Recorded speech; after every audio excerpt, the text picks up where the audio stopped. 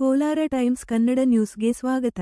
ಕೋಲಾರಕ್ಕೆ ಎತ್ತಿನಹೊಳೆ ನೀರು ಬರಲಿಲ್ಲ. ಎಚ್.ಡಿ. ಕುಮಾರಸ್ವಾಮಿ 2013ರಲ್ಲಿ ಕೋಲಾರಕ್ಕೆ ಬಂದಿದ್ದಾಗ ಎತ್ತಿನಹೊಳೆ ನೀರನ್ನು 2 ವರ್ಷದೊಳಗೆ ಕೊಟ್ಟರೆ ತಲೆ ಬೋಳಿಸಿಕೊಳ್ಳುವೆ ಎಂದು ಶಪಥ ಮಾಡಿದ್ದೆ. 10 ವರ್ಷ ಕಳೆದರೂ ಅವಳಿ ಜಿಲ್ಲೆಗೆ ನೀರು ಬಂದಿಲ್ಲ, ಬರುವುದೂ ಇಲ್ಲ ಎಂದು ಕೇಂದ್ರ ಬೃಹತ್ ಕೈಗಾರಿಕಾ ಸಚಿವ ಎಚ್.ಡಿ. ಕುಮಾರಸ್ವಾಮಿ ವ್ಯಂಗ್ಯವಾಡಿದರು. ಖಾಸಗಿ ಕಾರ್ಯಕ್ರಮವೊಂದರಲ್ಲಿ ಭಾಗವಹಿಸಲು ನಗರಕ್ಕೆ ಆಗಮಿಸಿದ್ದ ಅವರು ರಾಜ್ಯ ಸರ್ಕಾರದ ವಿರುದ್ಧ ತೀವ್ರ ದೋಷಾರೋಪ ಮಾಡಿದರು.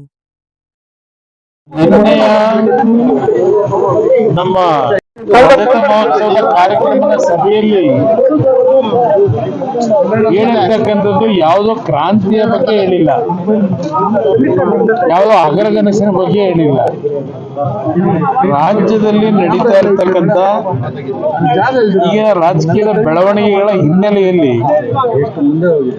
ಇವತ್ತಿನ ರಾಜಕಾರಣ ಯಾವುದೇ ಪಕ್ಷ, ಯಾವುದೇ ನಾಯಕರುಗಳು ಏನೇನು ತೀರ್ಮಾನಗಳು ಮಾಡ್ತಾರೋ, ಏನ್ ಡೆವಲಪ್ಮೆಂಟ್ ಆಗುತ್ತೋ ಅಂತಕ್ಕಂಥದ್ದು ನಾವ್ ಯಾರು ಊಹೆ ಮಾಡ್ಕೊಳ್ಳಿಕ್ಕಾಗಲ್ಲ. ಏನು ಬೇಕಾದ್ರೂ ಆಗ್ತಕ್ಕಂಥ ವಾತಾವರಣಗಳಿದೆ. ನಮ್ಮ ಕಾರ್ಯಕರ್ತರು ಮೈ ಮರಿದ್ರೆ ಜನಗಳ ಮಧ್ಯದಲ್ಲಿ ಕೆಲಸ ಮಾಡಿ ಅಂತ ಹೇಳಿದ್ರು. ಅದು ಹೊರತುಪಡಿಸಿ ನಾನೇನು ಸರ್ಕಾರ ಬಿದ್ದೋಗುತ್ತೋ ಉಳಿಯುತ್ತೋ ಇದು ಯಾವುದು ಚರ್ಚೆ ಮಾಡಿಲ್ಲ. ನಮ್ಮ ಕಾರ್ಯಕರ್ತರಿಗೆ